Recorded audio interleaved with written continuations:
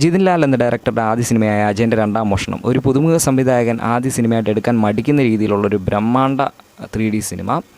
അദ്ദേഹത്തിൻ്റെ എക്സ്പീരിയൻസ് തന്നെ ആയിരിക്കും, അസിസ്റ്റൻ്റായിട്ട് അസോസിയേറ്റ് ആയിട്ട് നിന്നിട്ടുള്ള എക്സ്പീരിയൻസ് തന്നെ ആയിരിക്കും ഇങ്ങനൊരു സിനിമ എടുക്കാൻ സഹായിച്ചത്. ഇതിൽ അഭിനയിച്ചിരിക്കുന്നത് ടോവിനോ തോമസ്, സുരഭി, ഐശ്വര്യ രാജേഷ്, കൃതി ഷെട്ടി, ബേസിൽ ജോസഫ് തുടങ്ങി വലിയൊരു കാസ്റ്റിംഗ് വരുന്ന സിനിമ.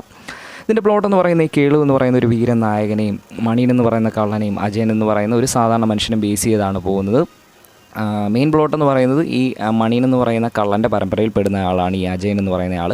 അപ്പോൾ ഈ കള്ളൻ്റെ പരമ്പരയിൽ പെടുന്നതുകൊണ്ട് തന്നെ ഈ അജയനും കള്ളൻ എന്നു പേരുള്ള ഒരു പേര് ദോഷമുണ്ട്. ഇവനൊന്നും ചെയ്യുന്നില്ലെങ്കിൽ പോലും അങ്ങനെ ഒരു പേര് ദോഷമുണ്ട്. അപ്പോൾ അതിനെയൊക്കെ ബേസ് ചെയ്ത് പോകുന്നതും അജയൻ ആ പേര് ദോഷം മാറ്റാൻ ശ്രമിക്കുന്നതും ഒക്കെ ബേസ് ചെയ്താണ് പോകുന്നത്. ഫിക്ഷൻ എലമെൻറ്റ്സ് ഒക്കെ വരുന്നുണ്ട്. അതുപോലെ ഒരു മുത്തശ്ശിക്കഥ പോലെ കണ്ടിരിക്കാവുന്നൊരു സിനിമയാണ്. എടുത്ത് പറയേണ്ടത് സിനിമാറ്റോഗ്രാഫി ജോമോൻ ടി ജോൺ, അതുപോലെ മ്യൂസിക് ദിബു, അതുപോലെ 3D ആയിട്ട് കാണിച്ചിരിക്കുന്ന ഭാഗങ്ങളൊക്കെ നൈസായിരുന്നു. 3D ഉള്ള പോർഷൻസൊക്കെ അടിപൊളിയായിരുന്നു.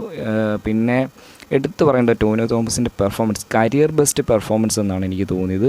ഈ മണിയൻ എന്ന് പറയുന്ന ആ ക്യാരക്ടർ മിക്ക റിവ്യൂസിലും പറഞ്ഞിരിക്കുന്ന എല്ലാവരും പറയുന്നത് ഇതേ ഒരു കാര്യം തന്നെയാണ്. മണിയൻ എന്ന് പറയുന്ന ആ ക്യാരക്ടർ ഒരു ഹെവി രീതിയിൽ തന്നെ ചെയ്തു വെച്ചിട്ടുണ്ട്. ഈ 3 ക്യാരക്ടേഴ്സ് ഒരു ഫ്രെയിമിൽ ഒരുമിച്ച് വന്നാൽ പോലും നമുക്ക് അവരുടെ ഡിഫറൻസ് അറിയാൻ പറ്റും. അതുപോലെ രീതിയിൽ മാനറിസങ്ങളും എല്ലാം പിടിച്ചുകൊണ്ടാണ് ചെയ്തിരിക്കുന്നത്. 3 പേര് ഒരേ ഫ്രെയിമിൽ വരുന്നു എന്നല്ല പറഞ്ഞത്, ആ ഒരു രീതിയിൽ നമുക്ക് ഡിഫറൻസ് തോന്നുന്ന രീതിയിൽ ടോവിനോ തോമസിൻ്റെ പെർഫോമൻസ് ഈ സിനിമയിലുണ്ട്. അടിപൊളിയായിട്ട് ചെയ്തു വെച്ചിട്ടുണ്ട്. മണിയൻ എന്ന് പറയുന്ന ക്യാരക്ടറാണ് എനിക്ക് ഏറ്റവും കൂടുതൽ ഇഷ്ടപ്പെട്ടത്. പിന്നെ മ്യൂസിക്കും സിനിമാറ്റോഗ്രാഫി എല്ലാം കൊണ്ടും ഒരു നല്ലൊരു എക്സ്പീരിയൻസ് തന്നെയായിരുന്നു. അത്യാവശ്യം ഡ്യൂറേഷനുണ്ട്. ഇപ്പോൾ തിയേറ്റർ എക്സ്പീരിയൻസ് തന്നെയാണ്. തിയേറ്ററിൽ തന്നെ പോയി കാണാൻ ശ്രമിക്കുക, കണ്ടു നോക്കുക, കണ്ടിട്ടുണ്ടാകും.